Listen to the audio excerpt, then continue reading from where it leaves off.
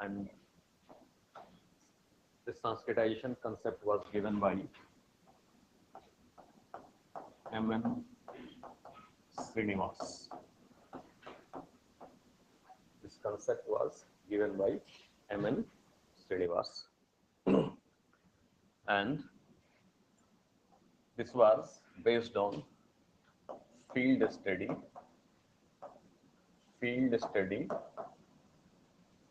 among Cougs of Mysore. Cougs of Mysore, right? I'm seeing a few new faces, right? Cougs of Mysore. And this term was mentioned in the context of the question, no system of social stratification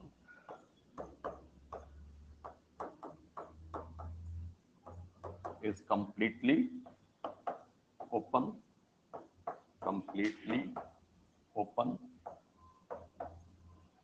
and none is completely closed. None is completely closed. Right. In that we had said, when we talk about open system of social stratification, class, right? And we discussed how from Marxist perspective, class is not as open as it is projected, right? And caste is considered as completely closed. So we had to discuss that caste system is not completely closed, right? We all are Indians, and therefore we all know about caste, right? And recently it has become very relevant also. The reason is that caste census in Bihar, then Odisha is going to conduct, and Rahul Gandhi is saying that from the next census, if they come to power, caste column would be there in the census list, right? So when you hear caste, whenever you hear this term caste, what comes in your mind?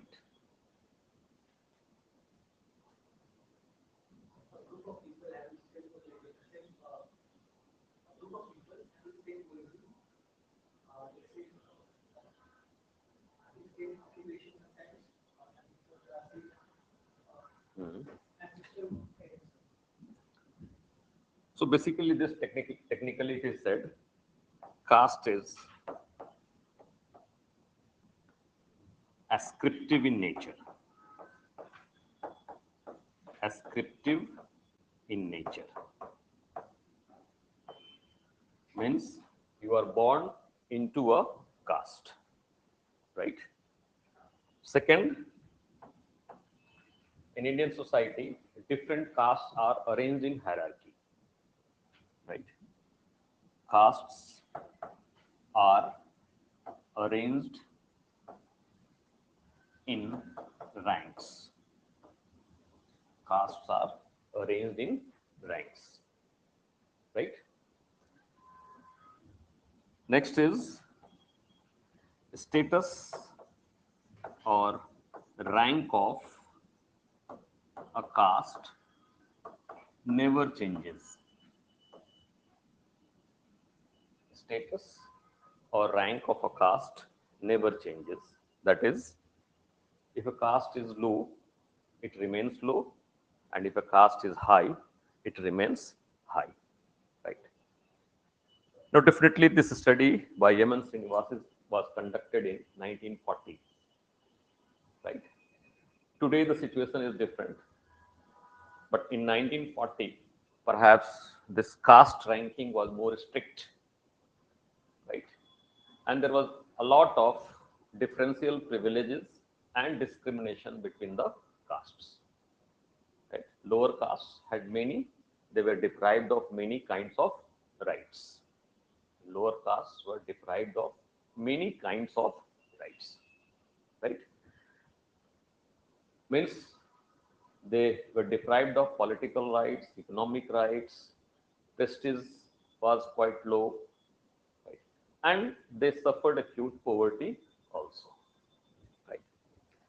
So whenever we use the word caste system, we say that there are a group of people identified as caste who are born into that caste, and these castes are arranged in rank one above the other, right? And the rank of the caste never changes. Rank of the caste never changes, right? This particular idea that caste system is a rigid hierarchical system where there is no scope of mobility was broken by M.N. Srinivas in his study of Cougs of Mysore. Right on. The most popular image of the most popular image of caste system, the most popular image of caste system was one of one of ascriptive, ascriptive, ascriptive, and rigid. Ascriptive and rigid. Right? Oh, sorry. What did you write? Complete.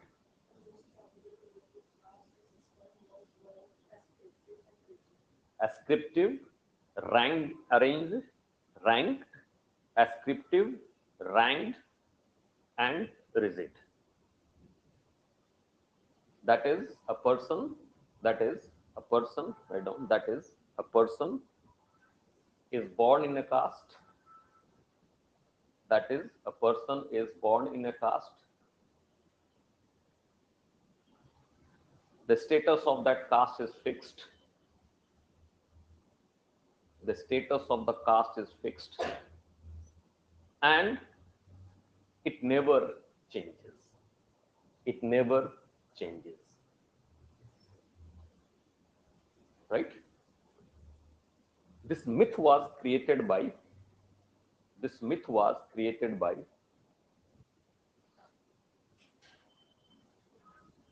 early interpreters of Indian society, early interpreters of Indian society,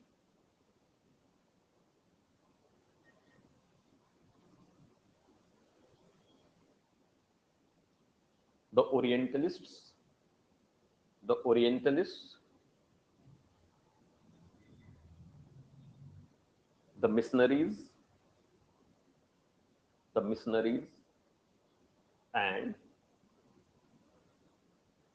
the British administrators, the British administrators, right? So in second paper, we'll be reading that there were early interpreters of Indian society. And as we have mentioned here, three Orientalists. There are two types of societies in the world. One is Orientalist and second is Occidental. Oriental society, Eastern civilizations are known as Oriental societies and Western civilizations are known as Occidental societies. So those who study Oriental societies, they are known as Orientalists, right? And in this, the Western intellectuals were there, and they primarily adopted what is known as Indological approach. Indological approach. Indological approach means there were ancient Sanskritic texts. There are ancient Sanskritic texts of India, and they made ancient Sanskritic text as the base for the description of the Indian society and its caste system, right? Particularly, you must have heard about Manusmriti, right? So they primarily took Manusmriti, taken for granted, and explained that the normative prescription or what is being prescribed in those societies are adhered strictly in the Indian society, right?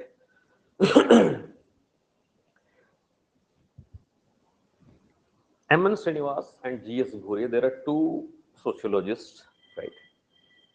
G.S. Ghurye was the teacher of or senior of M.N. Srinivas, right?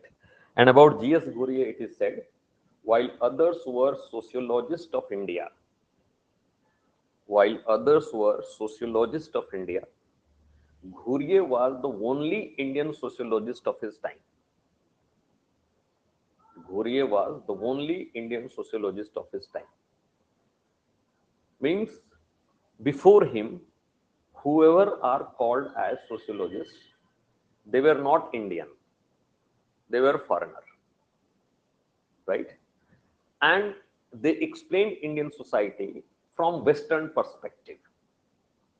They explained Indian society from Western perspective, right? Now, whenever we analyze something, we do have certain personal biasness, and that biasness gets reflected in the analysis. So they had their own interest, right? And because of those interests, biasness came into their analysis, and they projected this image of Indian society. 1931, Ghurye was appointed. First time, the sociology department was created in Mumbai University. At that time, Bombay University, and Ghurye was made his chairperson, right? And that was also the time when in India, national movement was gaining a lot of momentum, right? It had got momentum. And because of that, even in the intellectual domain, nationalism crept in, right? So these people, they tried to counter the images of the Indian society as projected by the early interpreters, right? So early interpreters, they interpreted mainly Indologists based on ancient Sanskritic text. These people said, no, we will not do it on the basis of what is written in the Sanskritic text. Rather, we'll go in field, conduct a study, and based on that study, we will analyze it, right? It was this intention that M.N. Srinivas studied Cooks of Mysore, right? And while studying the Cooks of Mysore, he came along a very specific observation. Right? I don't. While studying Cooks of Mysore, while studying Cooks of Mysore,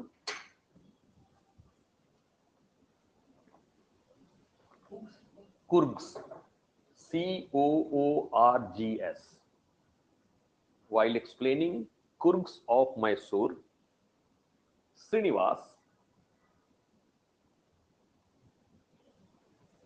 came to observe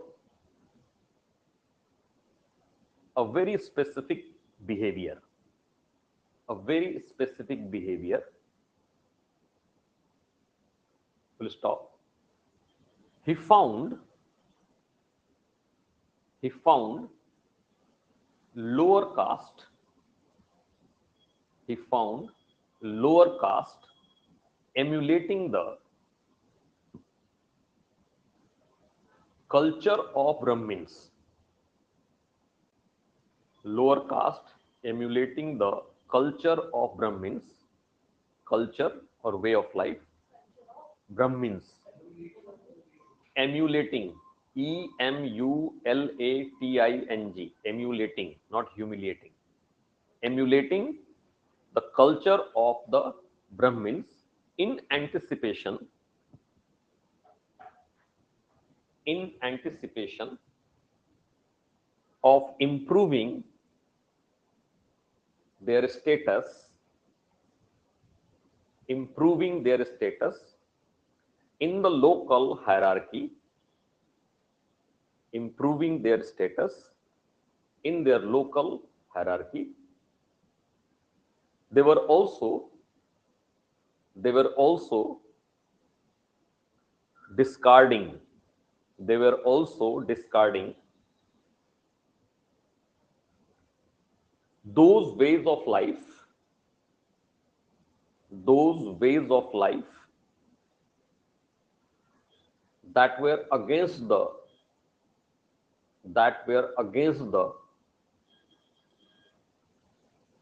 Sanskritic norms, Sanskritic norms or normative prescription of Sanskritic text, or normative prescription of Sanskritic text.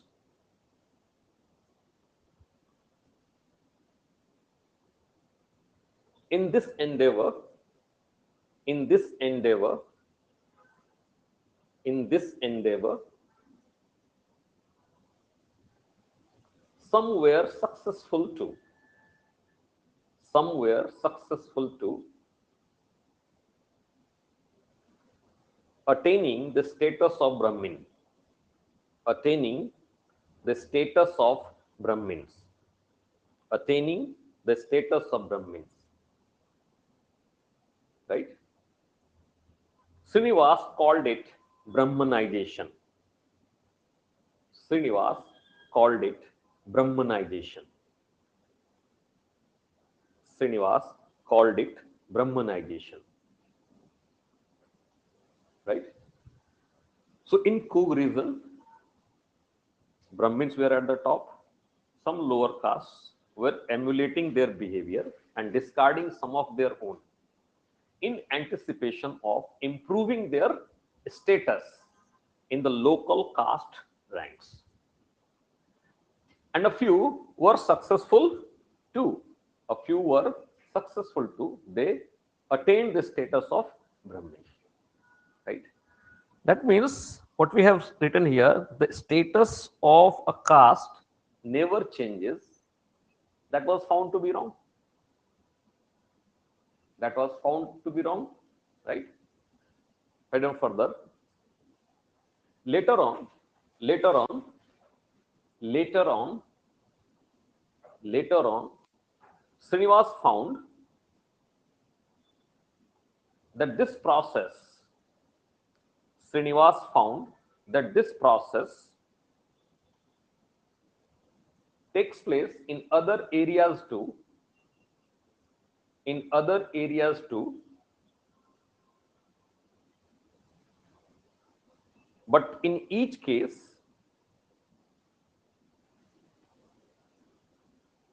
it is not the Brahmins, it is not the Brahmins whose culture is emulated. It is not the Brahmins whose culture is emulated. Right? Instead,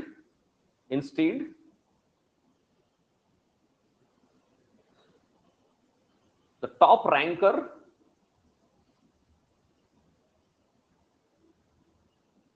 I don't write top ranker. Instead, Kshatriyas, Kshatriyas were emulated. Kshatriyas were emulated. We know Brahman, Kshatriya, Vaishya, Sudra, right? Right. Then he changed the nomenclature from Brahmanization, changed the nomenclature from Brahmanization to Sanskritization. To Sanskritization, right? So the process which was identified as Brahmanization, now it was changed to Sanskritization, right? So what we are learning from here, that the concept of Sanskritization broke the myth that there is no scope for upward mobility within the caste system. Right down. Thus, the concept of Sanskritization, thus the concept of Sanskritization broke the myth, broke the myth that Indian society,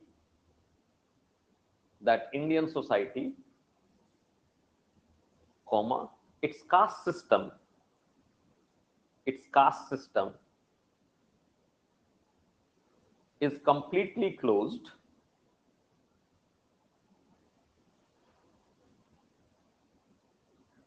rather it also provides rather it also provides scope for upward mobility, scope for upward mobility, scope for upward mobility, right? So which question we were addressing? We were addressing that caste system is not completely closed.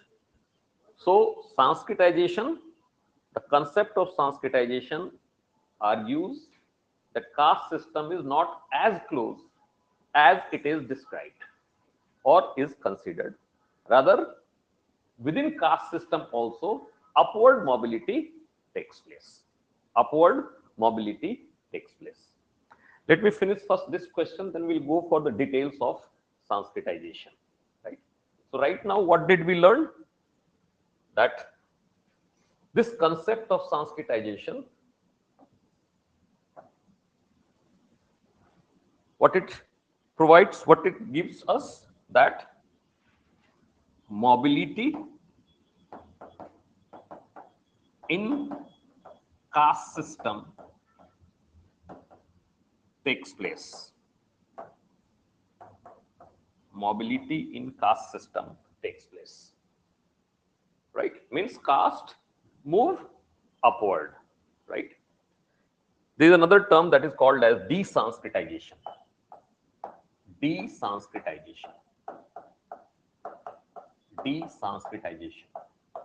Meaning, suppose a caste is trying to move upward, right? But he fails. But it fails. Then what happens? It experiences downward mobility.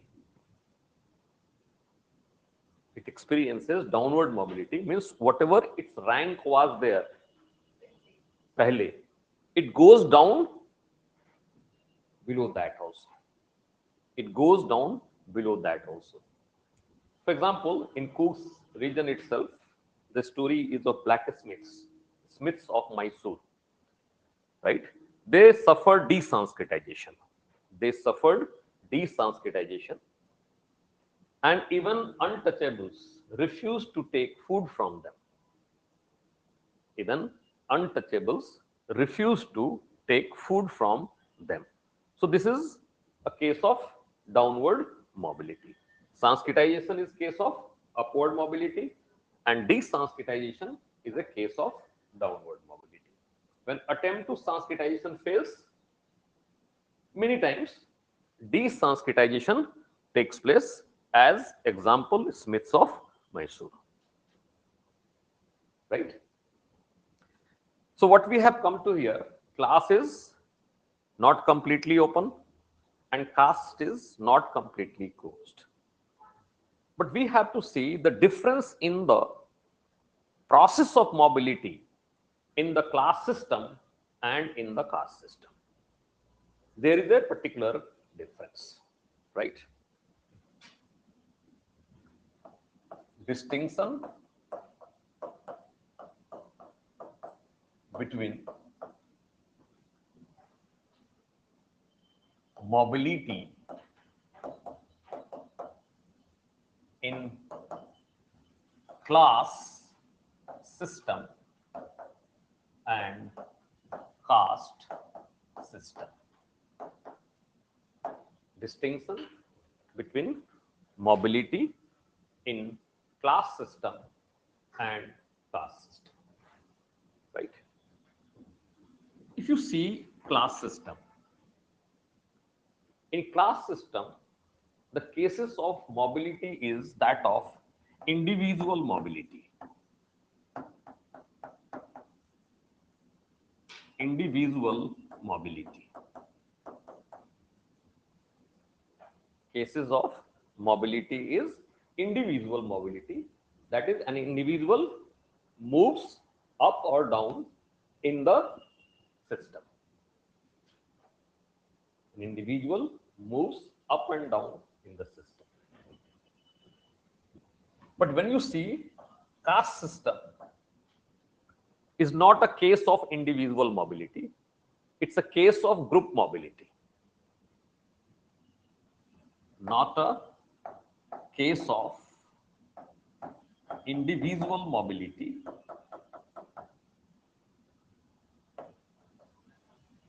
but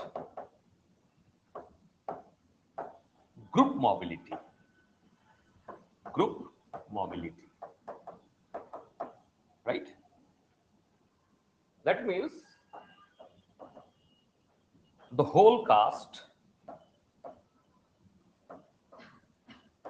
moves up in the rank.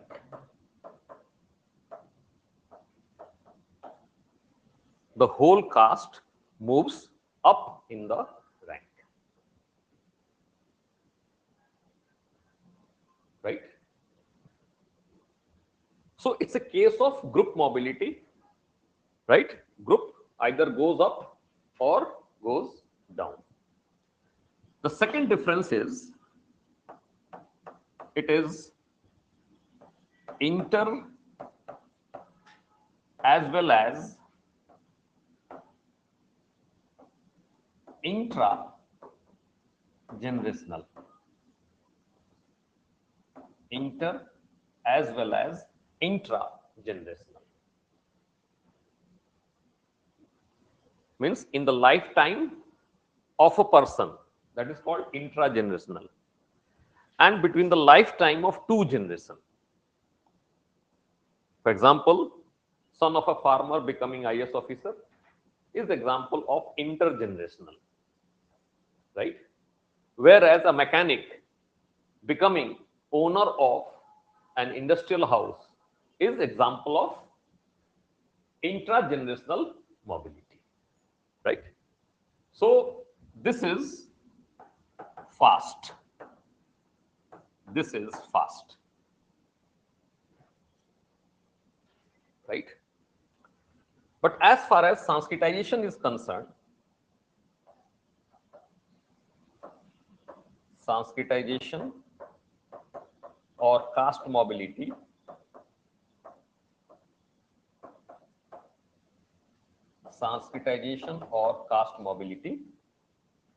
according to Srinivas, it takes at least 2 to 3 generations. At least 2 to 3 generations. At least 2 to 3 generations. That means Sanskritization is a slow process. Sanskritization is a slow process, right? So what we are seeing here, there is a difference between class system of stratification and caste system of stratification and mobility within that. So no system of social stratification is completely open. No system of social stratification is completely closed. But what is that? The nature of mobility is different. In case of class system, it's a case of individual mobility. It's a faster process. It is intergenerational as well as intragenerational. Whereas caste system experiences case of group mobility. Sanskritization is example of a group mobility, 2 to 3 generations. That is, it is very slow process.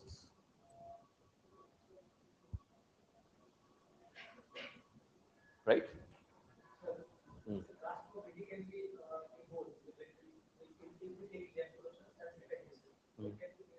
Where?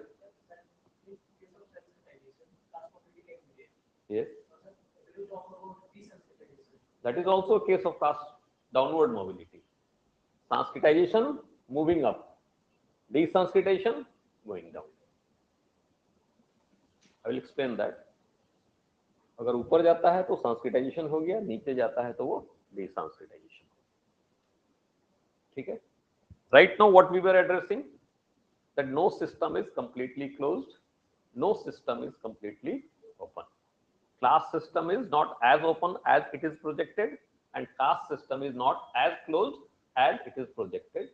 Both the system provides scope for social mobility, but the nature of social mobility is different.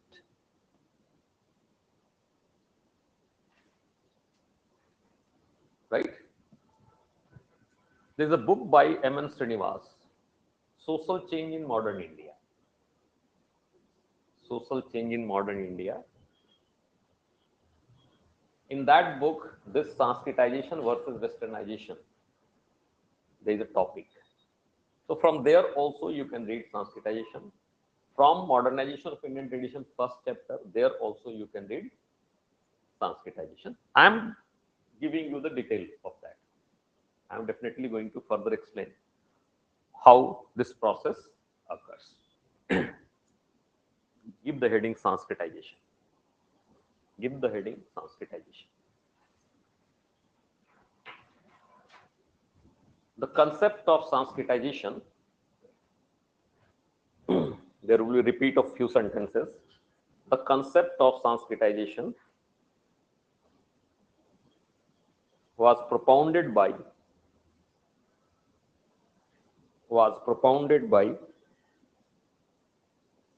M.N. Srinivas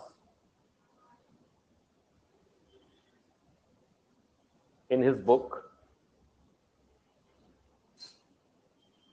Religion and Society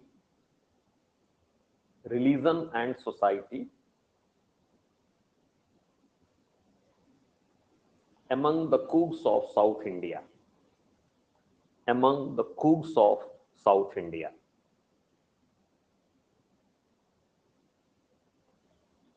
He conducted field study among them, among Cougs. He conducted field study among Cougs and came to observe that some of the lower castes are emulating the behavior of Brahmins,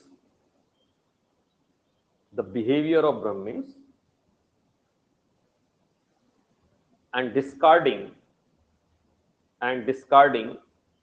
some of their own that were against some of their own that were against Sanskritic norms in anticipation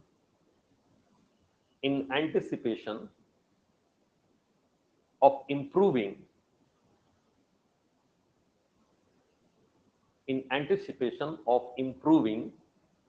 their caste rank in local hierarchy, of improving their caste rank in local hierarchy. Right? Some of them were successful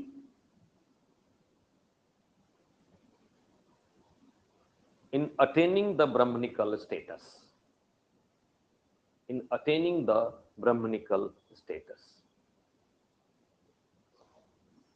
Right? But in all the regions,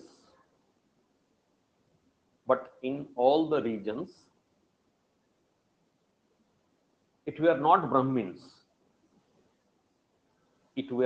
Brahmins who were emulated.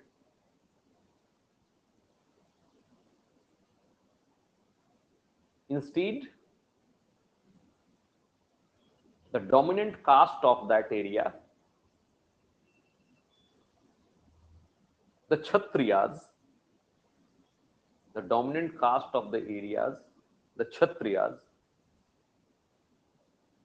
were emulated.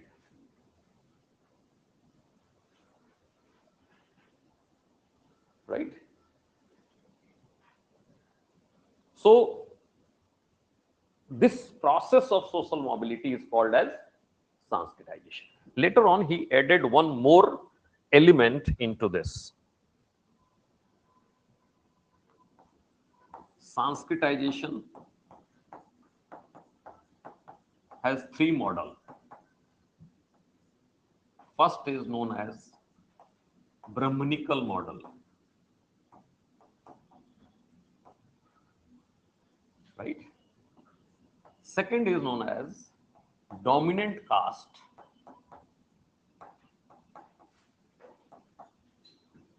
right? Kshatriya model, right? Here there is a specific uh, information that when you read M.N. Srinivas or when you read about caste system, you will find that in South India, there is no Kshatriya word. In South India, you will not find any Kshatriya word. You will find only three words and untouchables: Brahmin, Vaishya, Sudra, and untouchables. Right? So when you are reading M.N. Srinivas, you will find that he writes that there is no true Kshatriya in South India. There is no true Kshatriya in South India, right?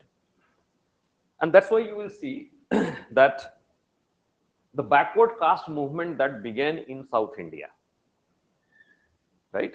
It was anti-Brahmin movement. It was not anti-upper caste, because in South India only Brahmins are considered as twice born. They are only present. So self-respect movement, Periyar, you must have heard the name of Periyar, right? And their movement, Dravid movement, they all are against the Brahmins. And Brahmins constitute the 4% of the population of South India, and they were the most dominant, right? So in North, we have Kshatriya model. In South, we have dominant caste model, right? Or you can say in North, Kshatriyas are the dominant caste, right? There are three characteristics of dominant caste. One is numerical majority.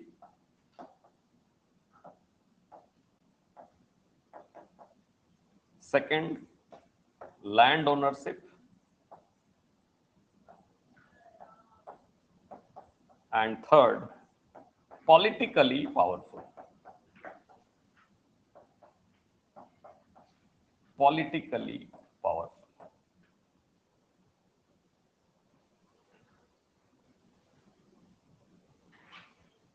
Right? So dominant caste means numerical majority, they own majority of the land, and they are politically powerful or politically dominant. Right? Kshatriyas are also like that. They are landowner. During those periods, their number were quite high. Even today, nowadays, the situation has slightly changed, but Kshatriyas, their number is high and politically powerful. Now, when you say Kshatriya, we are talking about Varna. So there are different castes which come under Kshatriya world. There are different castes. There are two system of stratification in India. One is known as Varna system, another is known as caste system. One is known as Varna system, another is known as caste system. Right? It is said Varna system, it was the reality of the ancient period. Today also it is there, but since post-Vedic period, the one has remained four, and caste has proliferated. Caste has proliferated. Now you might be seeing in the this caste census, etc. Recently, in Bihar, it said that 27% of the backward castes are OBCs and 36% of the MBCs. Right? So overall, 63% are there who constitute the backward caste, OBC and MBCs. Right? In Mandal Commission, it was estimated to be 52%. Right? That means the population has definitely increased. Now, sociologically speaking, why population has increased? It's very simple that as you go up in the economic hierarchy, in economically well-off section of the society, children are liability. Children are liability. But those who are poor, downtrodden, their children are asset. Right? There is illiteracy also among them. And for that reason, population control is more successful in the upper segment of the society, whereas it is relatively less successful in the lower segment of the society. So I'm just, without doubting the Mandal Commission's data or the data by this Caste Census Commission, right? I'm not doubting that. I'm just interpreting that data. I'm just interpreting the data, presuming that both the data are correct. Right?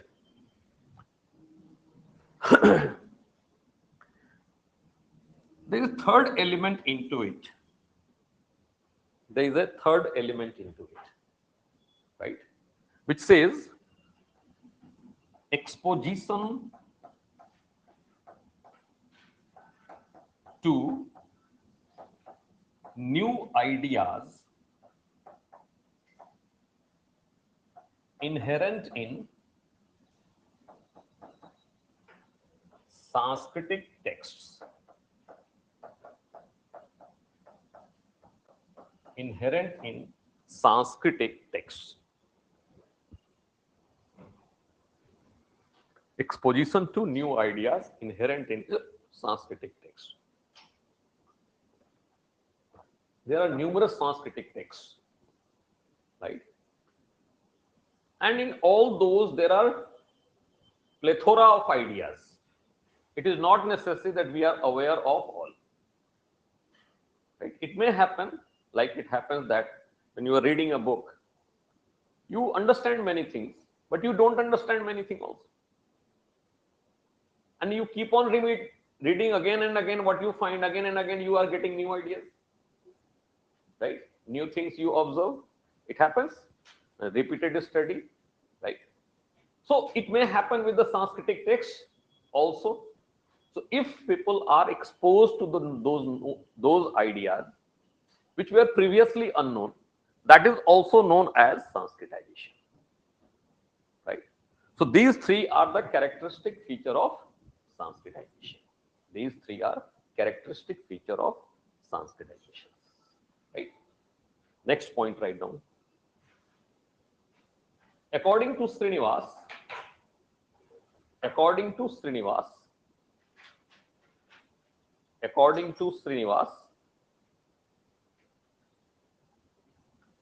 Sanskritization is an example of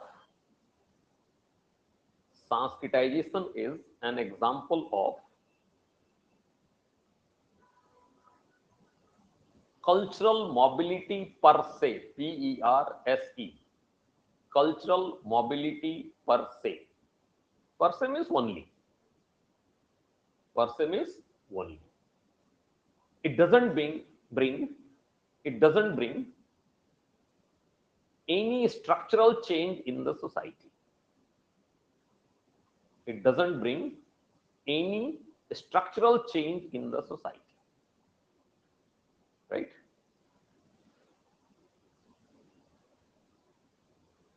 So you are coming across two terms, cultural mobility and structural change.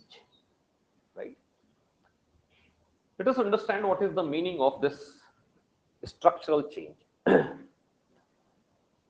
When feudal system was demolished and class system was established, this is an example of a structural change. This is an example of a structural change. We have two terms. One is culture, another is structure. Right? They are not mutually exclusive. They are not mutually exclusive. Culture has impact on structure, and structure has impact on culture. But culture is attributional in nature. Attributional. Right? And structure is interactional pattern.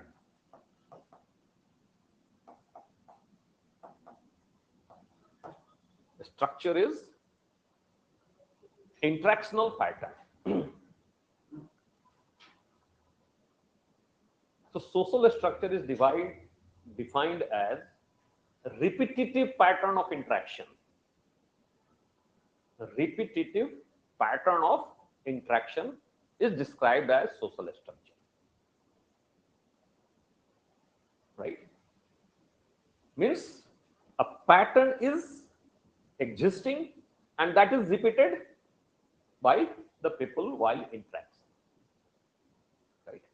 Culture is attributional. Attribute means quality. Attributes means quality. For example, if I say one is Brahmin, who is vegetarian? One is Brahmin, who is vegetarian. Now here I am not saying what is happening because of his vegetarianism. What is his relationship with other people who are non-vegetarian? I am not saying. I am simply saying they don't eat meat, they are vegetarian, and therefore they are Brahmin. Right? This is called attributional criteria. This is called attributional criteria. Means attributes are changing. This is what we said, lower caste emulating the behavior pattern of upper caste. So adopting their way of life, gaining those attributes and discarding some of them their own. So this is an example of cultural change. Right? Structural change means that overall structure of the society, according to Srinivas, does not change. Because the pattern of interaction between different groups of people are not changing. Pattern of interaction between different groups of people, different castes are not changing. What is the meaning of this? Suppose in a particular area, in a region, there are n number of castes. There are n number of castes. 1, 2, 3, ... n. Right? Or we can say, in fact, m number of caste. In between there is a n also. Now this caste, people belonging to this caste are emulating the behavior pattern of one or two, maybe anyone. Right? Kshatriya model, adoption of Kshatriya model is easy. Right? It is convenient, and adoption of Brahmanical model is difficult. Because Brahmins had imposed a number of limitations on themselves and they led a very disciplined life, which was very difficult to emulate. Right? Whereas in Kshatriya, there was a lot of liberty in comparison to Brahmins. Like Kshatriyas were allowed to eat meat. Kshatriyas were allowed to marry again. Brahmins were not allowed. Right? Kshatriyas were not asked to tonsure their head. For Brahmins, every activity was sacred. Purity was to be maintained, etc., etc. So, lifestyle of Kshatriyas was relatively easy, And that's why people mostly adopted Kshatriya's model of Sanskritization, right? So this N, what it does, it is emulating the behavioral pattern of two, right? Now, if it is successful, then you know what happens. The new ranking will be 1, N, 2, 3, N minus 1, N plus 1, dot, dot, dot, N.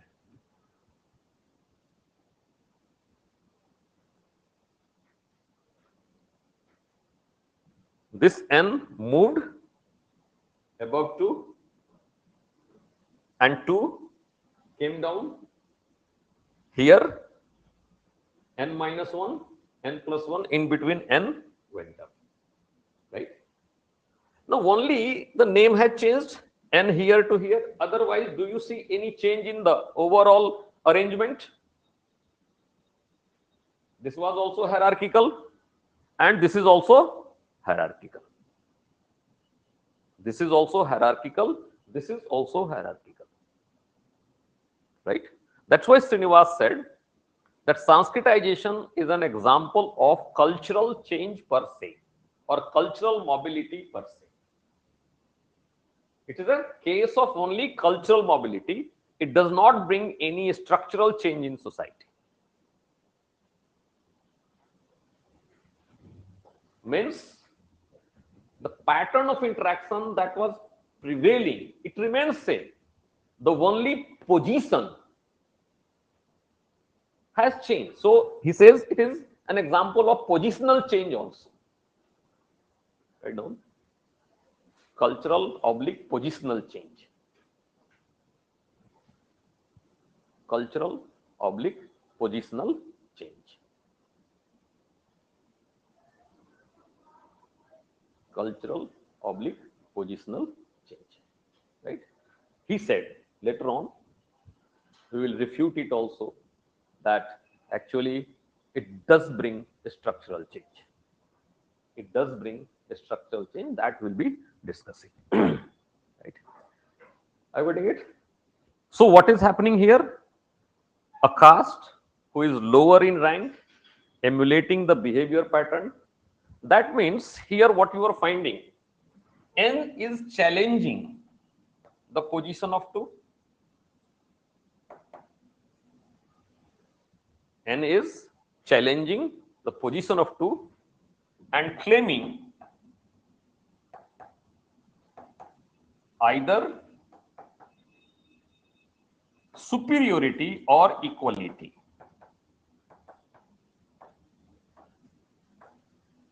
Either superiority or equality. Either superior to 2 or equal to 2. But overall, again, there also there would be ranking. Is it clear that Sanskritization is a case of only positional change, cultural change? It's a case of cultural mobility. It does not bring any structural change in society. Caste system as such remains same. Earlier also it was ranked. Now it is also ranked. The only change has happened.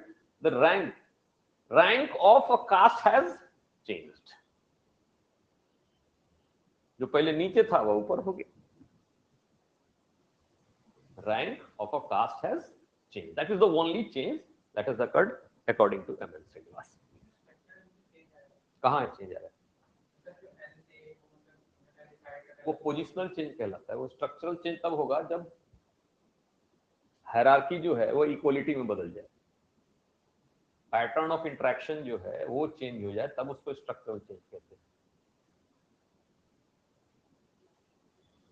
ठीक है. पहले ये नीचे था, अब ये नीचे है.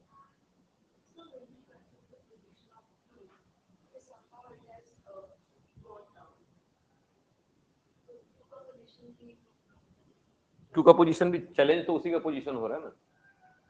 चैलेंज तो उसी का पोजीशन हो रहा है. 1 का भी पोजीशन चैलेंज कर सकते हैं. जिस टॉप पे ब्राह्मण्स होते हैं तो ब्राह्मण का भी पोजीशन आप चैलेंज कर सकते हैं.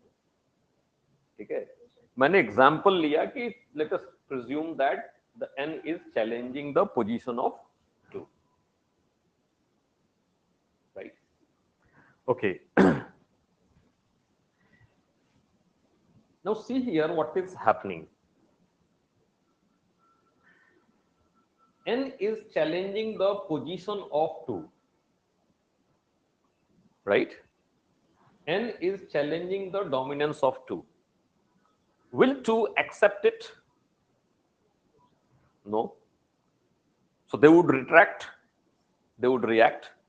So next point is Sanskritization is not, next point is Sanskritization is not a smooth process. Sanskritization is not a smooth process. Rather, it is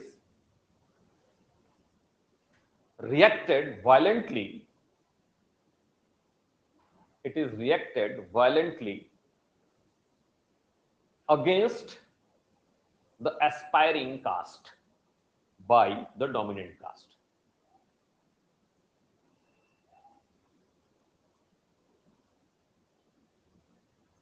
Right? So caste who is trying to move up, he is not challenging the position of only 2. He is challenging the position of 2 to n minus 1.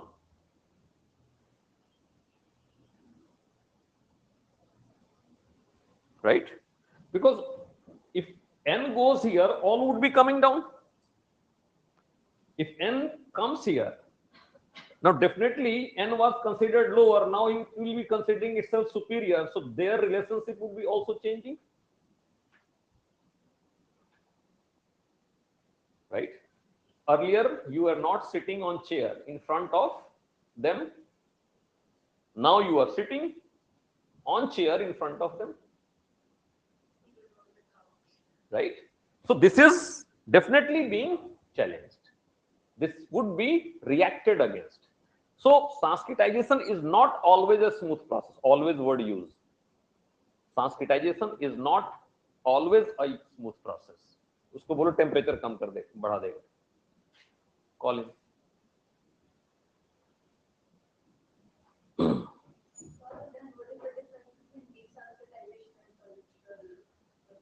Come. After this, we will be understanding this. AC का temperature बढ़ा दो.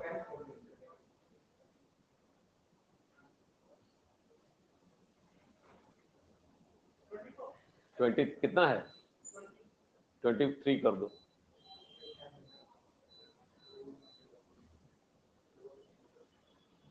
उसका blade ऊपर कर दो. हाँ, ठीक.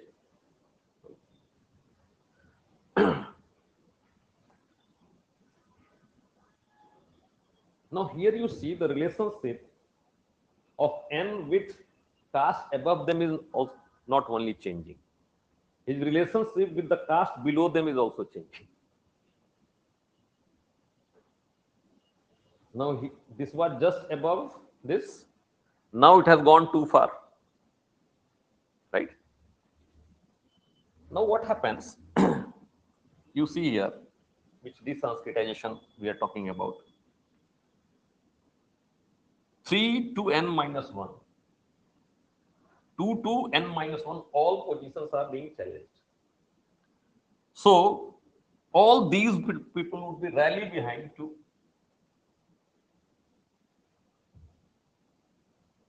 All these people would rally behind 2. Don't let him go up. Right? And lower people are economically dependent on the upper caste people. So when they are challenging their position, they would ask them to support. Right? In a way, a caste has to withstand the combined challenge of almost all caste.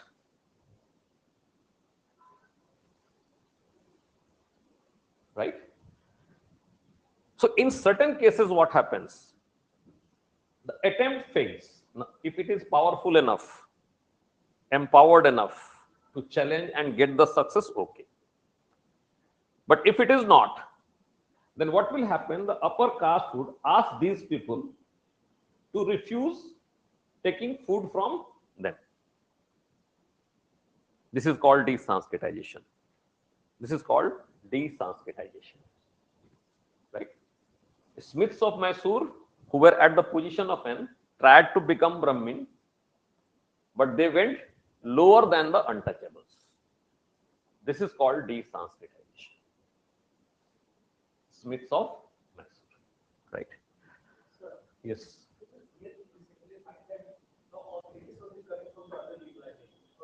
Authority?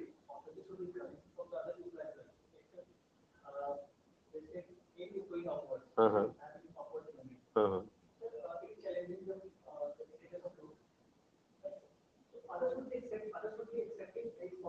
Yes. That is success. That is success.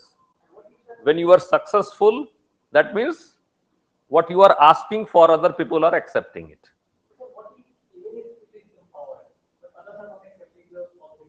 We are talking about if others are accepting. If they are not accepting, it will not be successful, and it will lead to desanskritization also. एक तो होगा कि status quo हो जाएगा. You remain at N, right? You are not allowed to move up. Secondly, you may go down. So three possibilities are there, that these attempts may be successful, right? May not be successful, may lead to downward mobility. So all three possibilities are there. All three possibilities. So what we are saying here, that it is not always a smooth process, right? The upper caste, the aspiring caste, has to face the retaliation of the dominant caste. They have to face the retaliation of the dominant caste, and in many cases these retaliations are very violent. For example, you will study Rowe's study of Nonias of Eastern UP, right? They first tried to, and what did they emulate the cultural pattern? So they started performing sacred thread ceremony, the Janeu, right? And they were bitten black and blue. In fact, in the third attempt, they were successful. In the third attempt, they were successful. Right? So Sanskritization is not a smooth process. The attempt to Sanskritize faces retaliation. Retaliation may be violent too. And in certain cases, the attempt fails. And in the case of failure, sometimes it leads to downward mobility. That is called as desanskritization. Right? Example I gave of desanskritization, Smiths of Mysore. Smiths of Mysore went for the downward mobility. Right? Next point, write down. According to Srinivas,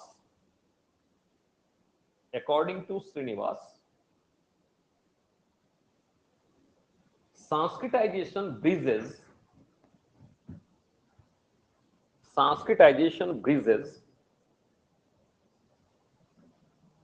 the gap between secular and sacred rank of a caste. Breezes the gap between secular and sacred rank of a caste.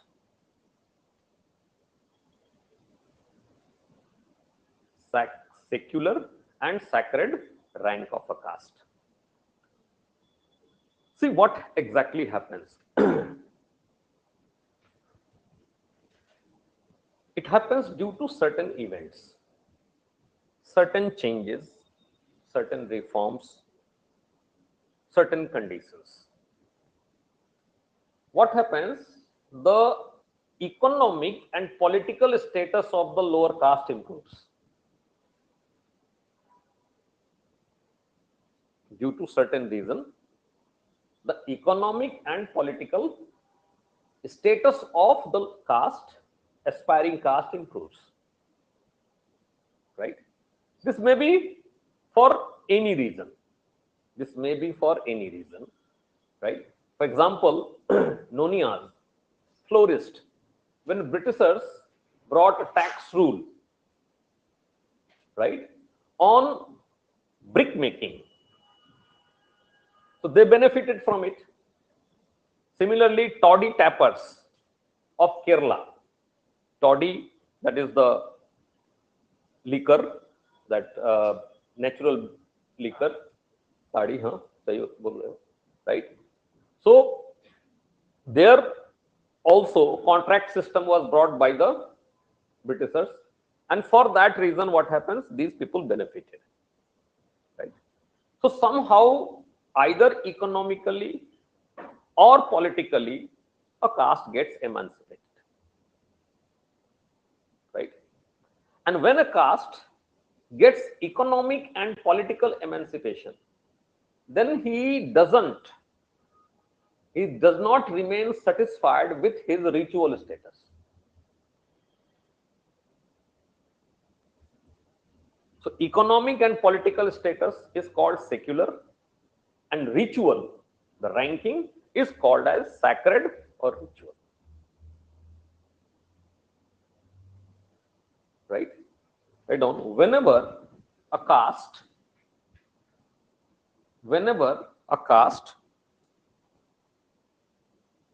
due to one reason or the other,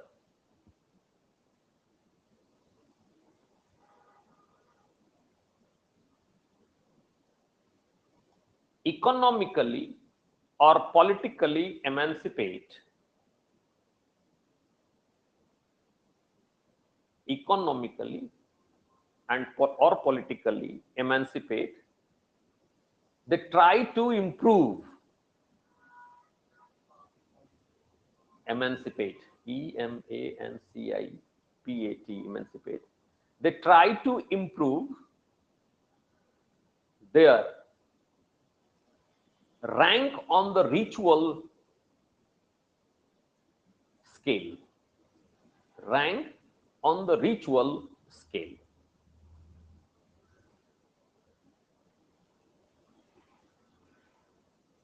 right? Because once you are economically well off, once you are politically dominant, then you look for prestige also, status also. You are not satisfied with your previous rank, right?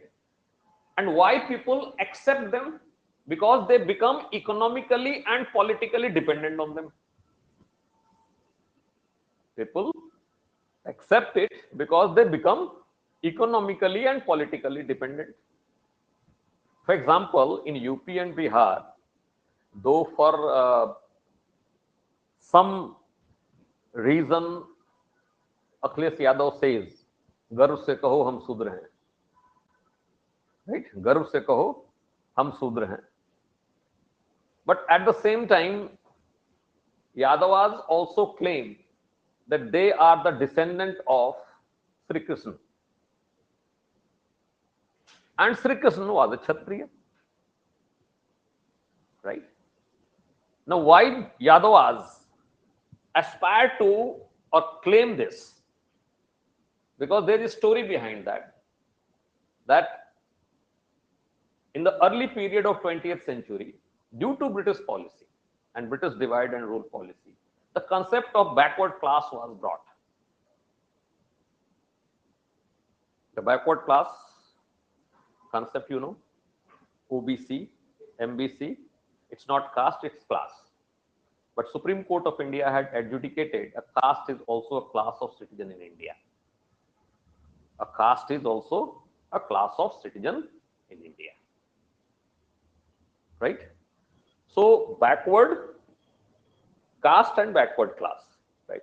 So these backward class are identified on the basis of caste and communities. There's so many communities are backward caste, right?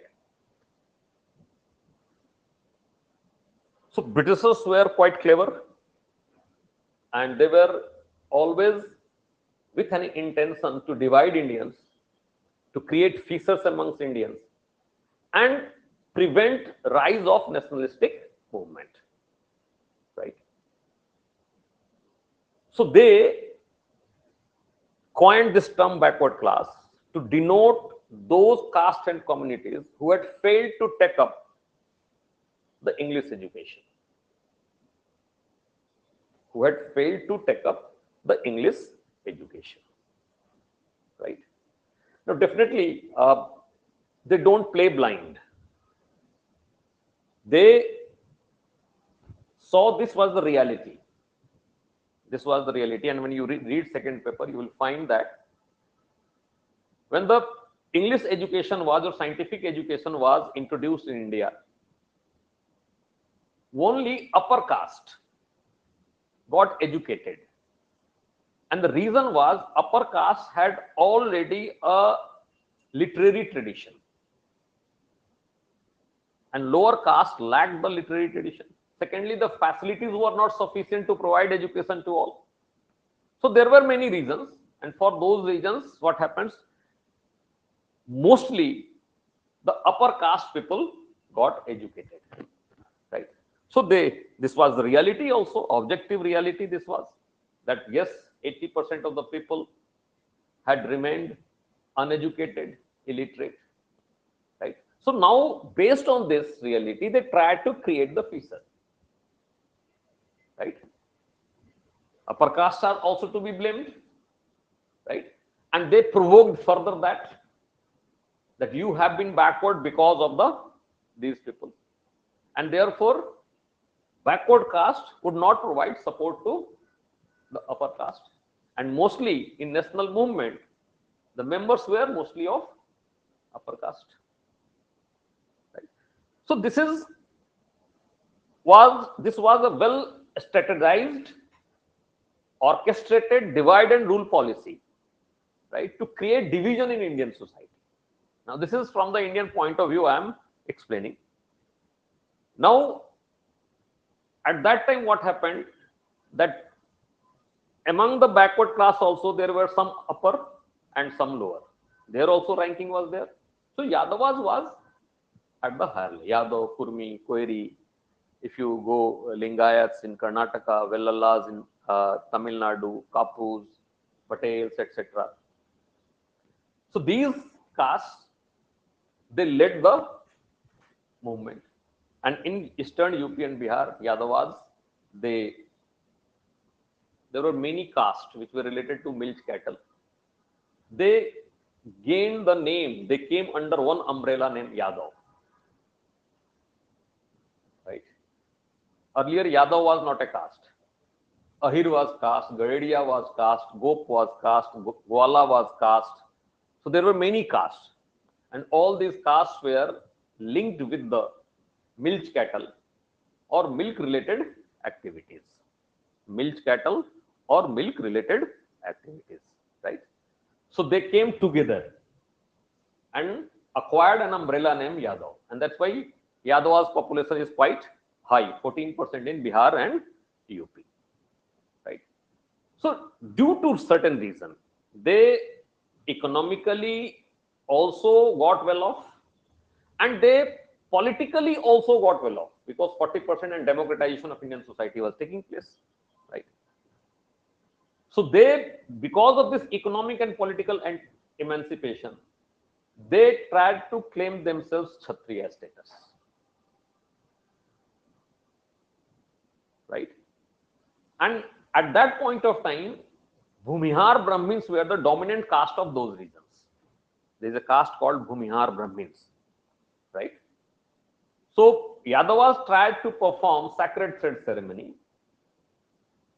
don Janeu or sacred thread, and for that they were also bitten black and blue. तो मजाक मजाक में कहता हूँ बहुत मार खाए थे, right? But later on they were successful. Later on they were successful because they became politically very strong because number was quite high, right? Later on, Triveni Sangh, Yadav Kurmi Koiri, that Triveni Sangh was formed in 1940. So those are other things. I'm going in great detail because you all people are new to the subject, right? So here what we said, it bridges the gap between secular rank and ritual rank, right? Now, what do these people do to elevate their status? What do these people do to elevate their status? कैसे ऊपर करते हैं, right? Write down the aspiring caste. Next point, the aspiring caste engages Brahmins to prepare a fictitious genealogy, a fictitious, Fictitious, fictitious means false, imaginary, fictitious genealogy, Genealogy, claiming themselves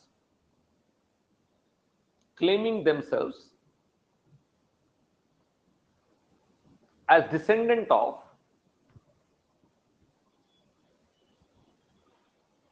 some important mythical figures,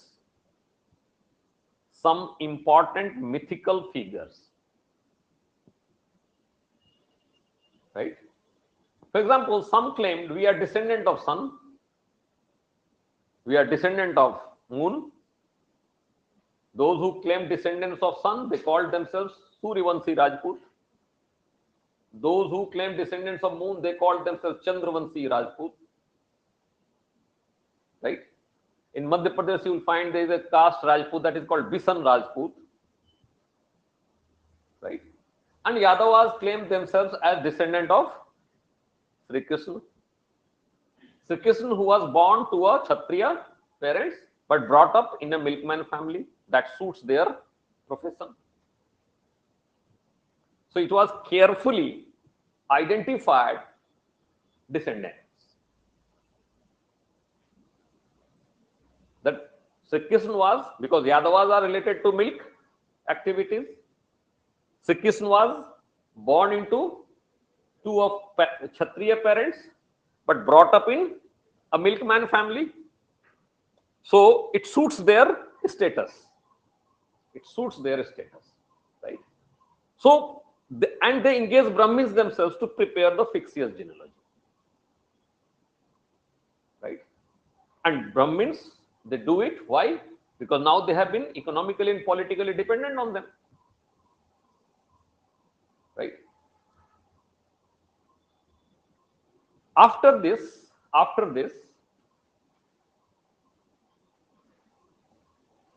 stories of their laurels, Laurels, laurels, are created, right? And drama is performed,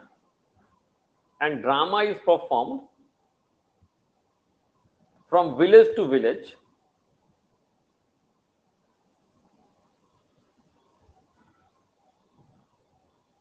by the dramatist caste.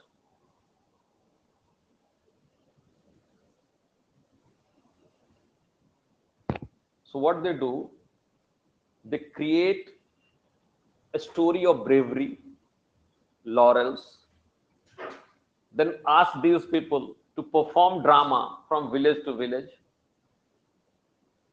right? And gradually what happens, due to narration of the story, again and again, the people get convinced that yes, they are descendant of that, right? Gradually, the claim is accepted. Gradually the claim is accepted. इसको बोलो या तो और अभी और ठंड लग रही है, बोलो टेम्परेचर और बढ़ाएगा, अब ठंड आ गई है ना थोड़ी.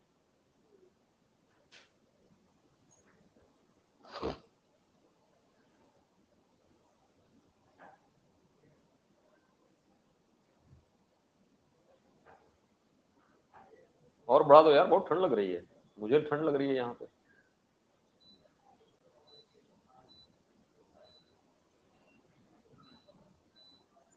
कितना कर दिए?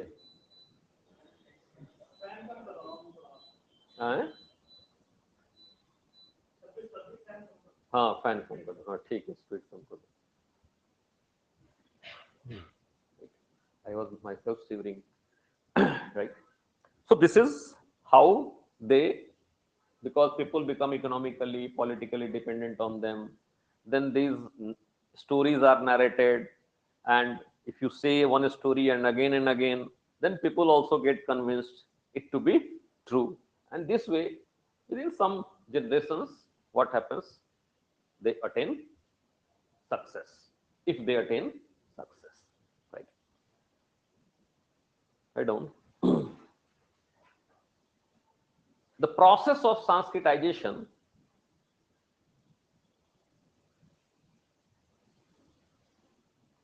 does not only operate within Hindus,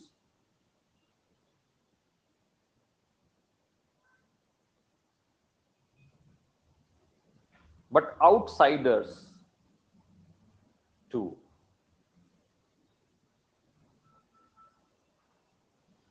Many tribes have Sanskritized themselves. Many tribes have Sanskritized themselves and got absorbed in Hindu caste structure.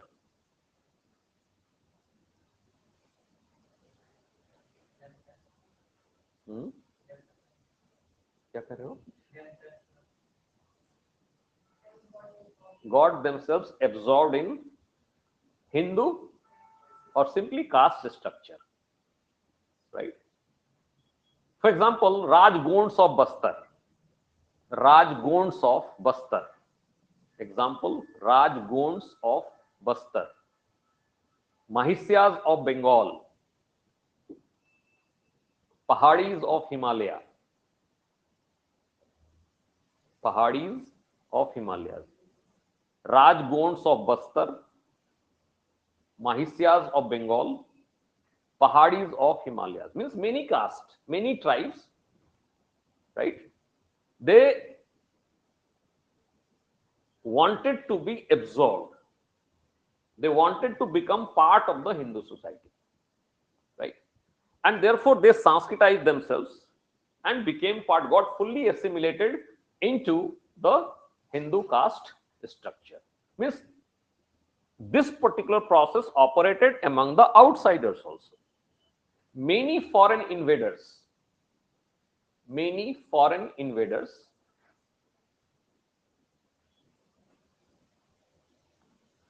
like Shak, Kushan, etc.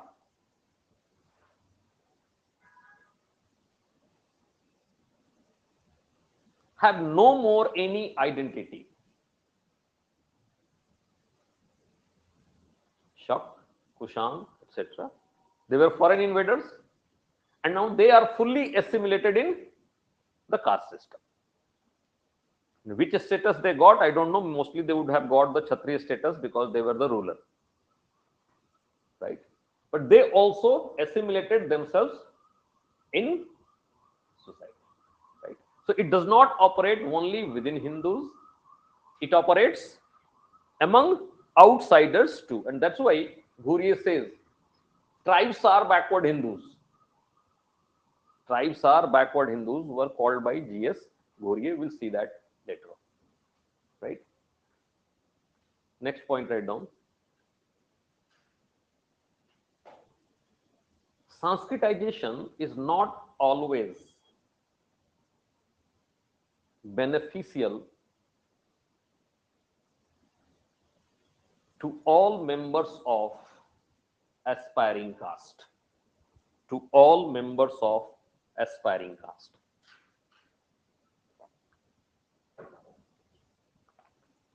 Particularly, it is detrimental. Particularly, it is detrimental for the women folk of ascendant caste. Women folk of ascendant caste.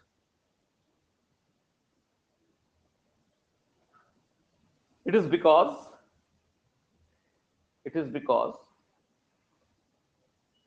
aspiring castes have to strictly conform.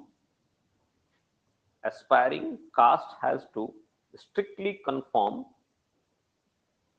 the Sanskritic prescription, the Sanskritic prescription, which are essentially patriarchal prescriptions, which are essentially patriarchal. Right? So women suffer control at the hands of men in that caste. Right? So this is overall an outlook for the Sanskritization, that how Sanskritization takes place. And there is a statement by a historian, K.N. Panikkar. Right? Write down. Write down. According to K.N. Panikkar, according to historian K.N. Panikkar, nuns were the last true Kshatriyas. Nandas, nuns, Dhananand, nuns were the last true Kshatriyas.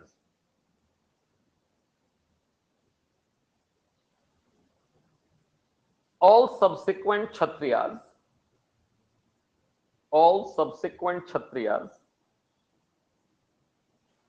are the product of Sanskritization.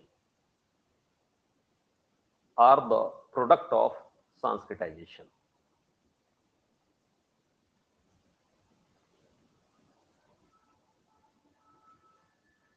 Right? So he says, means a large number of people have undergone upward social mobility through Sanskritization process, and they have attained the higher status. Right? Further, later in second paper, we'll be discussing that how this particular claim that it is only a cultural emulation per se, or it is an example of positional change, is countered by Harold A. Gold, a Marxist sociologist. We'll see that later on. Right? Okay. So this is about Sanskritization, which broke the myth of Indian society and caste system to be static. And it says that within caste system also mobility takes place. Within caste system also mobility takes place, but it is an example of group mobility, and it's a slow process which takes at least 2 to 3 generations to be successful. Right? Now you are moving to other subtopic of this, and this was a question. In 2008,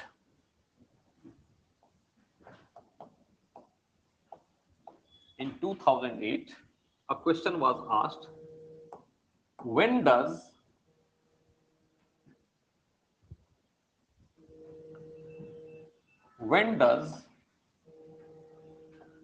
a social stratification system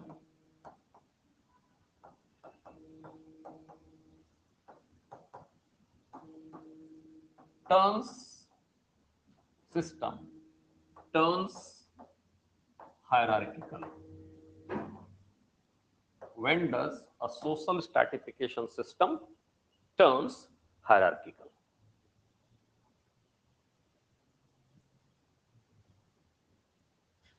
Right? Means when does an open system of stratification becomes closed? How an open system of stratification becomes closed, right? To explain this, first we have to do some theoretical groundwork, right? So about social stratification, we have two perspectives. One is known as a structural functional perspective. Structural functional perspective. Perspective, you know, point of view, right? Point of view, right? How you are looking at, from what angle you are looking at something, right? That is called perspective. Second is conflict or Marxist perspective. Conflict or Marxist perspective. And there is another that is called as liberal or Weberian perspective. Liberal or Weberian perspective,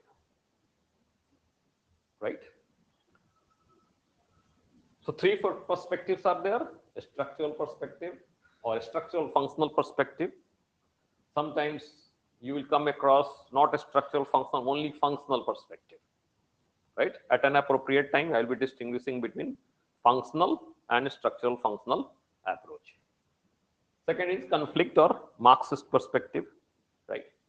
And liberal perspective. So first we'll deal with this structural functional perspective. First, we'll deal with a structural functional perspective, right? Functional. First time you are hearing the word functional? No, those who have not done some pre-readings must be hearing this word first time. Functional perspective. What is this functional perspective? Society is treated as an organism.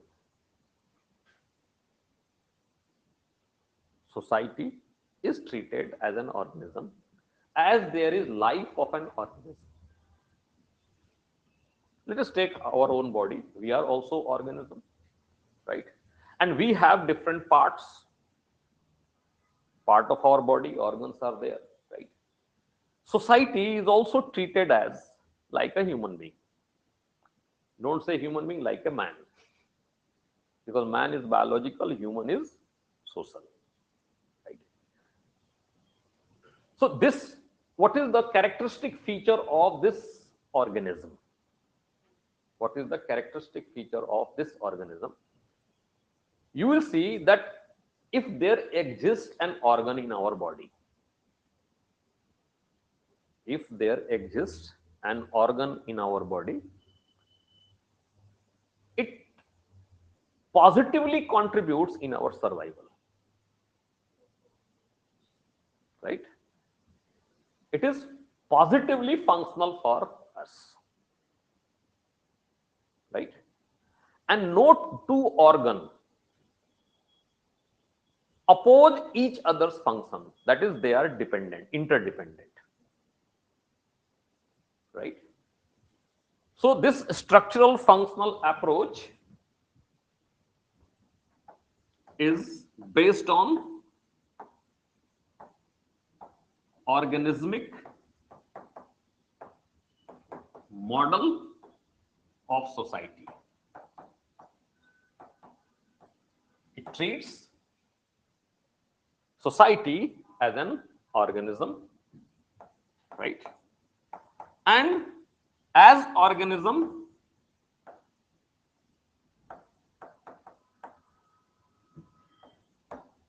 it is treated as integrated whole,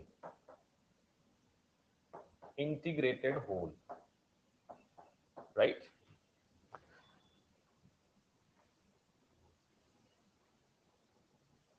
right? Third, characterized by interdependence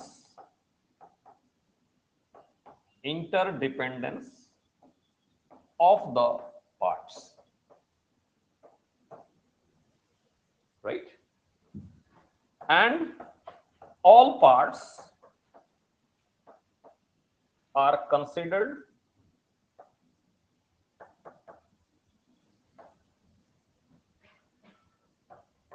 positively functional. All parts are considered positively functional. Means, like in our body there is a part, it helps in our survival. In the same way, in society, if there is a part, society means what? Solidarity, people together. So it helps in togetherness of the people.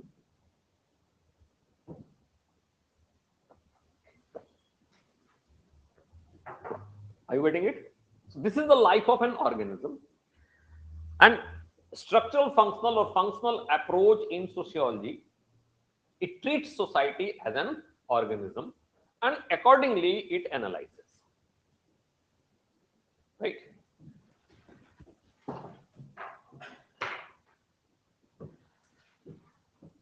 Any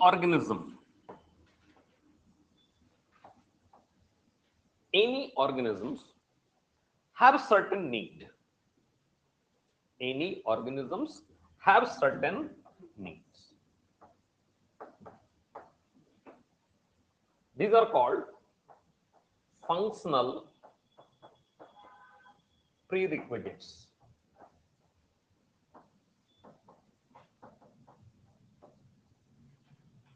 If we as a human beings are to survive,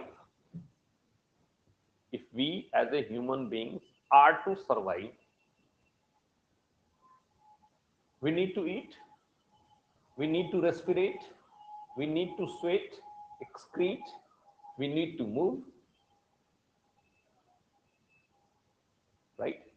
If any of these needs are not satisfied, naturally we'll get crippled. The life survival would be hampered, will not be in a healthy state, right? So any organism to survive, it requires certain need to be satisfied. This is called functional prerequisites. All parts are considered positively functional. Means no two part opposes. Right? They help each other. Right? Now, second, another thing is that when you say society, society means togetherness, and togetherness means consensus. If there is no common view between people, togetherness cannot happen. Right? So, first thing is functional prerequisites, and the second important aspect for survival of society is consensus, right? That is called as value consensus. This is also functional approach. Suppose we are here, so many people, and we don't have a common minimum understanding.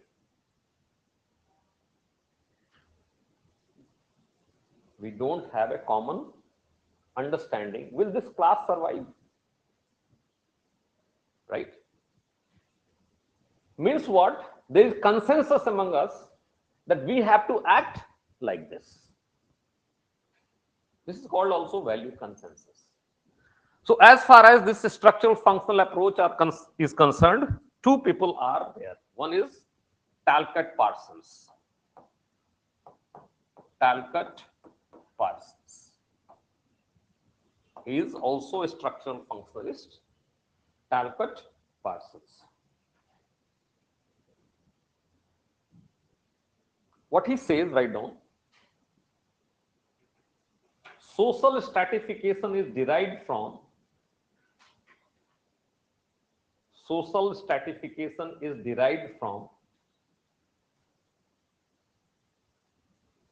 the common values oblique shared value of a society.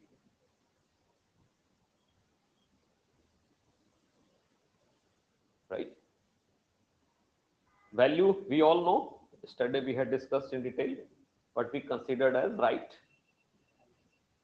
appropriate, desirable, right? So value consensus, there is a value consensus among the members of the society, right? Because without that, society would not survive, right? Those who successfully perform, those who successfully perform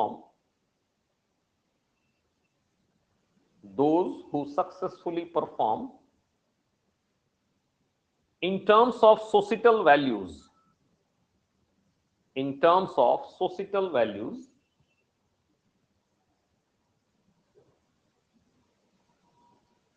are ranked high,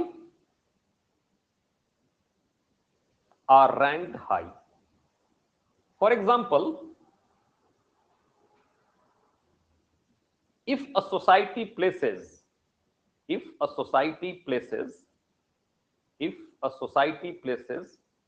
high value on bravery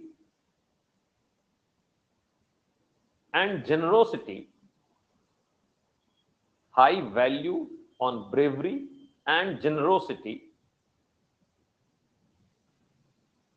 comma, those who excel in these qualities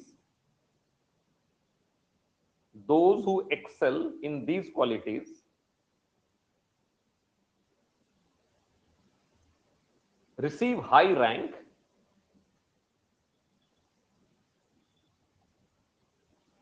as in the case of Sioux warriors, Sioux. It's a tribe. Sioux warriors, Sioux. It is a tribe example. They give a lot value. There is a consensus among them that those who show bravery, they should be accorded highest, and those who show generosity, they should be accorded highest rank. Right. In contrast, American society values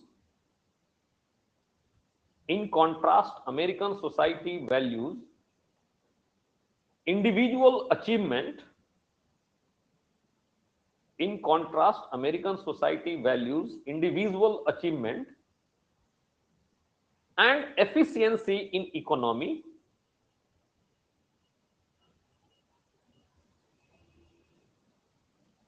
So successful business executives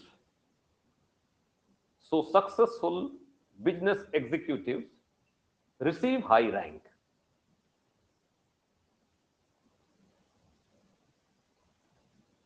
Means one who performs in terms of value of a society, he achieves high rank.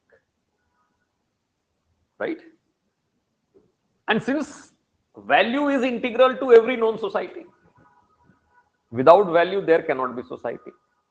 So social stratification is a inevitable universal phenomenon. Social stratification is an inevitable universal phenomenon. It is found in almost all known societies. There is no society where social stratification is not found. At least the simplest societies are found on the basis of age and sex. Right? But Parsons' description is not that much important or that much comprehensive. Right? The most comprehensive analysis is given by Kingsley Davis, Kingsley, sorry, Kingsley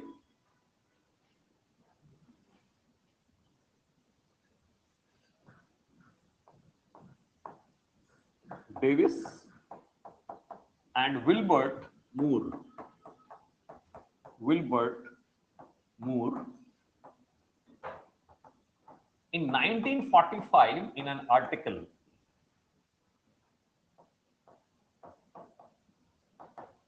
Some Principles of Stratification.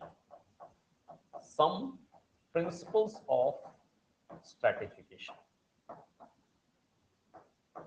Some Principles of Stratification.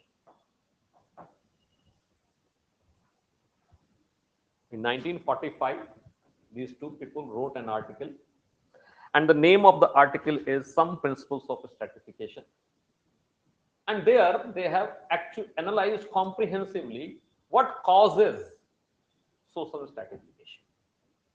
What causes social stratification in a society? Right? क्यों होता है?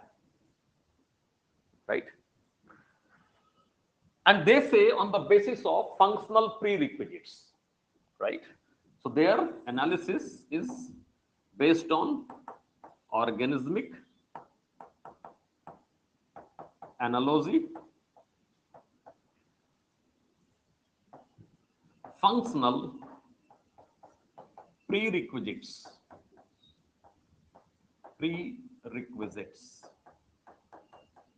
functional prerequisites, functional prerequisites.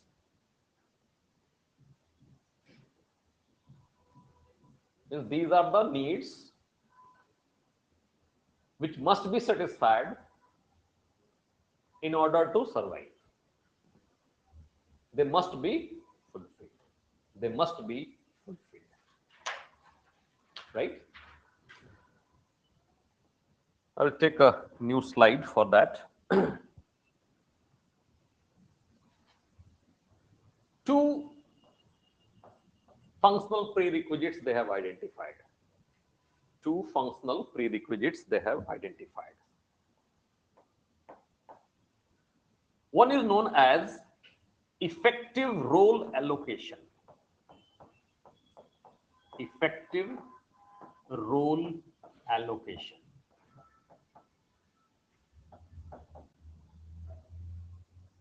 One is known as effective role allocation.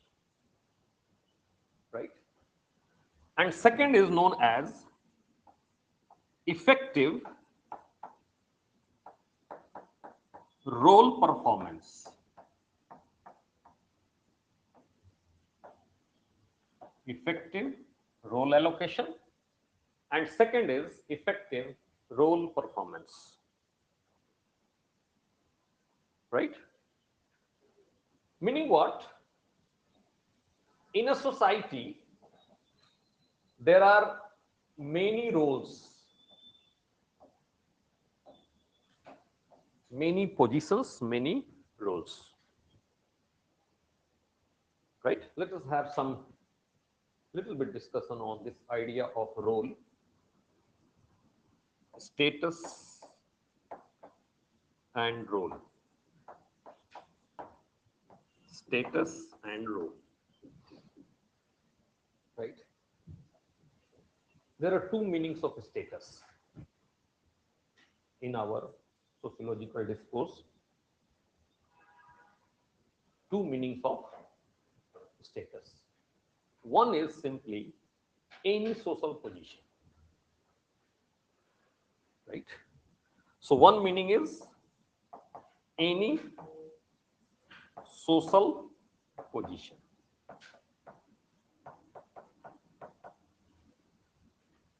Right? And the second meaning is prestige or honor.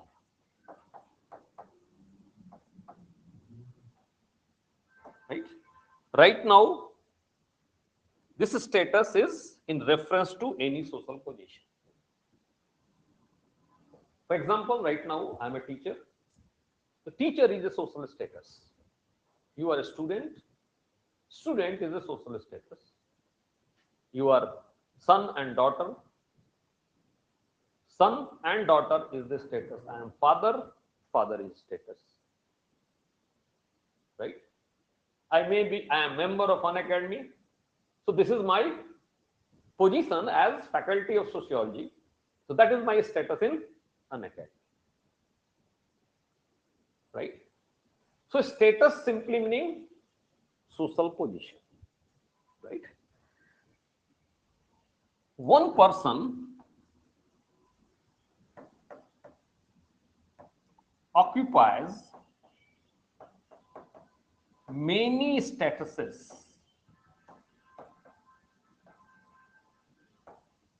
in the society. Right? For example, as I said, I'm a teacher, I'm a father,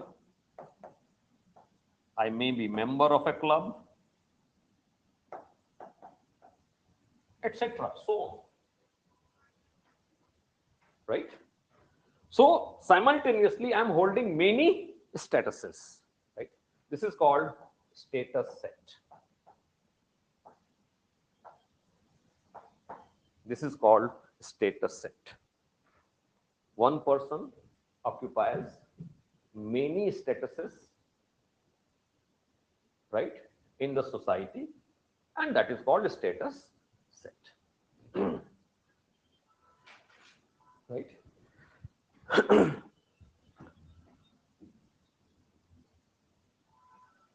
Specific status, as an occupant of a specific status, there are expectations.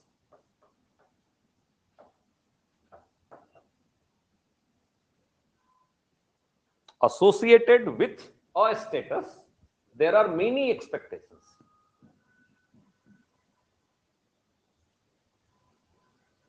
Right? For example, right now, as a faculty of sociology, I'm expected to teach you sociology. That is one. Right? But at the same time, I'm also expected to act like a role model in society. A teacher is not expected to only teach. I don't have liberty of behaving in the same way as common people do. For example, it is against the expectations from a teacher to smoke, to drink, etc. Now, people do that. I'm not saying that. But normally, जब आप लोग भी देखते हो किसी को, teacher को, अरे ये अजीब लगता है कि नहीं, थोड़ा सा, right? Later you say, okay, he has a personal life, so whatever he wants to do, but he's teaching well.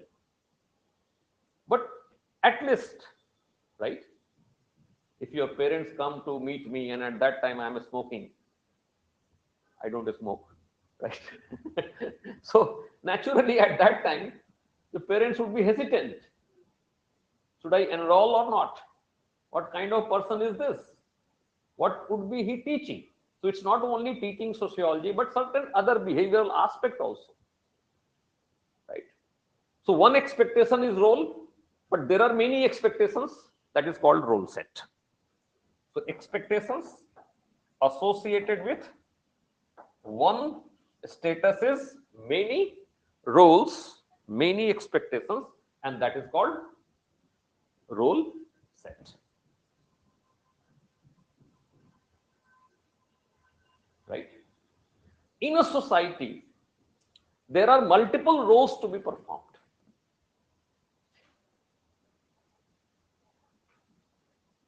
Now, first we said a status, then we are saying role. Now we are saying first role. कुछ काम करने हैं, without किए हुए कुछ नहीं होगा. If those works are not performed, those roles are not performed. then society would not survive, right? So first we said there are many rules. First we said there are many rules in a society which needs to be performed. Then he says roles differ in terms of functional importance.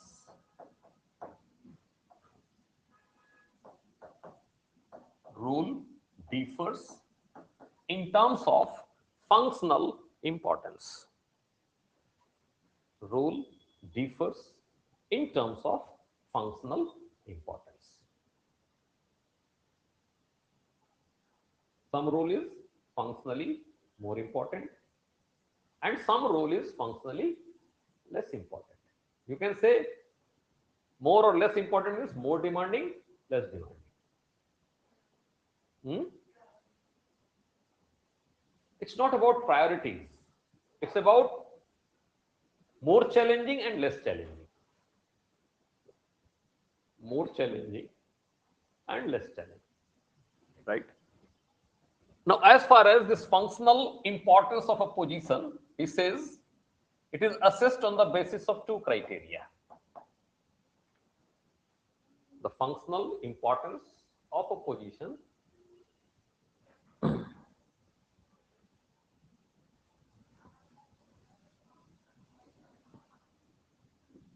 first is functional uniqueness. Functional uniqueness. And second is functional dependence.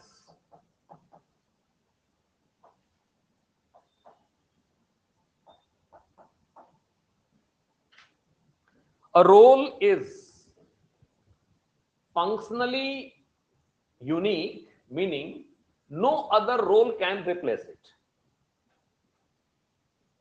It performs certain unique function. And second, on a role, if more roles are dependent, then it is functionally more important. Right? Examples can be cited if you look at the same organization here. My role is functionally more important than the person who is sitting on the reception. I can sit on the reception,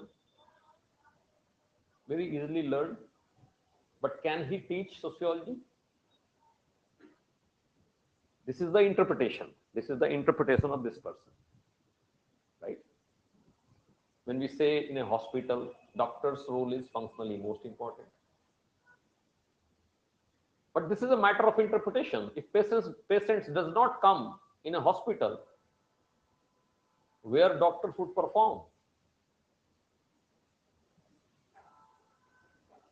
So today marketing executives, mobilizers, influencers, they have functionally more important role. So it's a matter of interpretation, how you are interpreting. He interpreted like this, that a doctor, a surgeon's role is unique. A paramedic role is not unique. Secondly, how many roles are dependent on a particular function? As I said, all these roles are dependent on teacher's role. So teacher's role is functionally more important than other roles. Again, all these things are matter of interpretation. Right? Functionally more important roles are more challenging and demanding.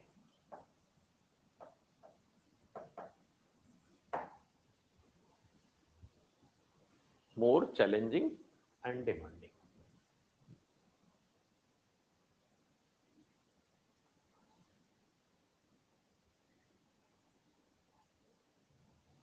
You getting it? Right? Then he says, each role must be filled. Each role must be filled. Each role must be filled.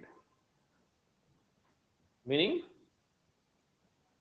if there is a role, it has to be performed. So someone must be recruited on that post, on that position. Right? And secondly,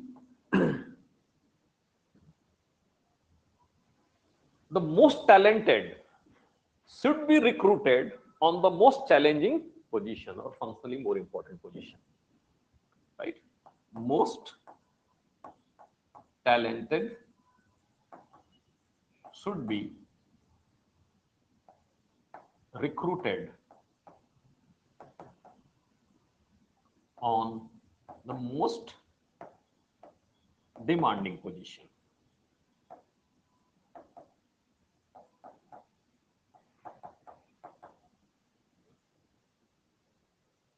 Right? This is talking about meritocracy.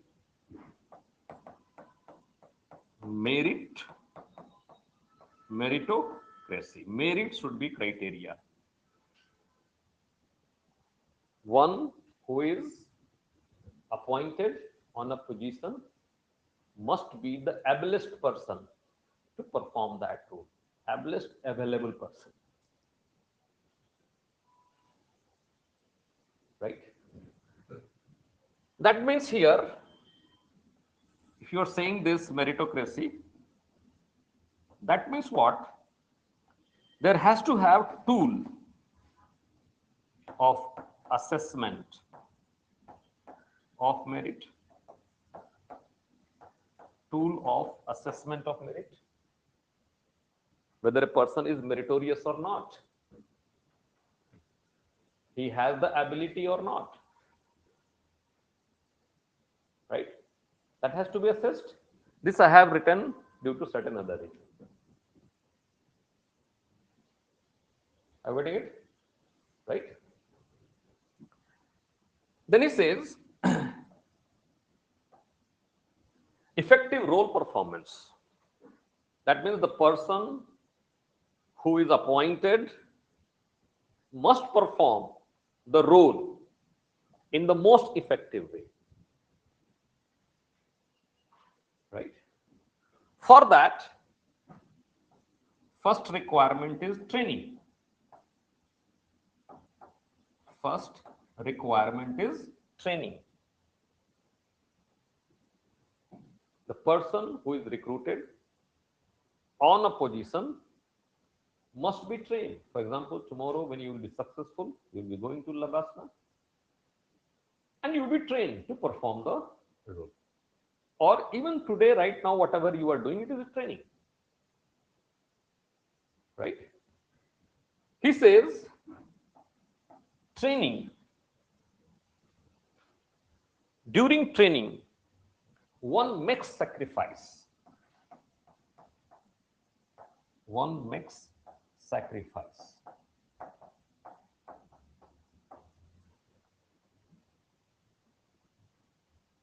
You all are graduate? No. You all are graduate? You could have gone for a job, whether high package, low package, I'm not interested in that. But what right now you are doing? You are sacrificing that income, right? For future gratification. So you are sacrificing your present, right? He says, this sacrifice must be compensated. Must be compensated.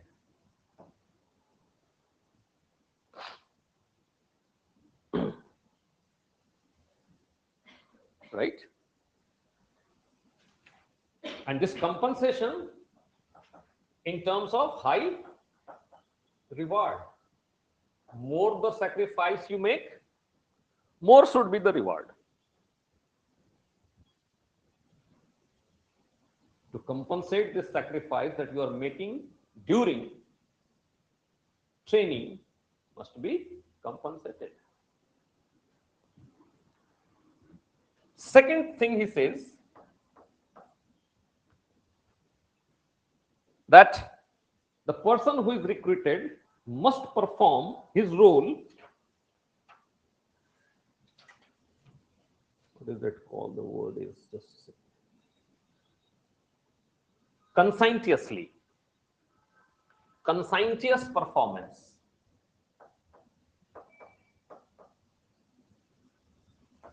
Conscientious performance. Conscientious performance.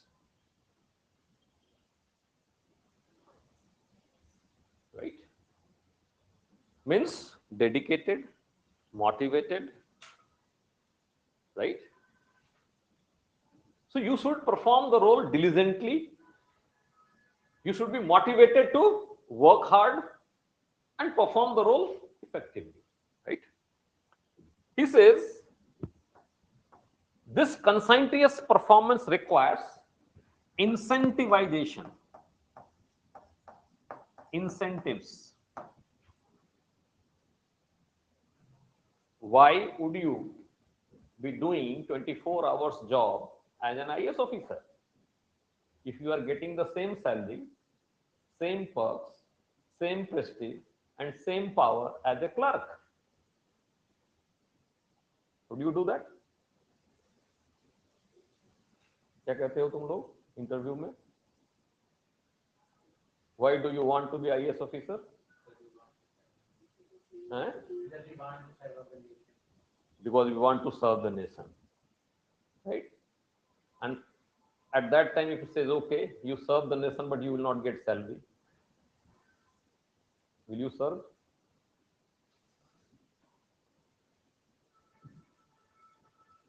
Right? Anyway, so incentives. Incentives is in the form of differential reward. Incentives in the form of differential reward. That's the most befitting response, that I want to serve the nation. Who is not serving the nation? Ambanis are not serving nation. Adanis are not serving nation. Politicians are not serving nations. Or sanitary workers are not serving the nations. If sanitary workers, they make a strike today, right? Will you be able to study here? देखा ना? Article 15 movie. Article 15 movie, have you seen? No. Article Ayushman Khurana. It's based on social issues of untouchability and all those things. Right? So definitely everybody is serving the nation. Right? You have to think something different. You have to think something different to answer in the interview. Why do you want to be civil servant? Right? So higher reward compensation and differential reward. It is creating rank. It is creating rank. Right? So in order to fulfill the functional prerequisites, social stratification emerges in the society. Therefore, social stratification is inevitable and universal phenomenon. Social stratification is inevitable and universal phenomenon. Right? Thank you for today.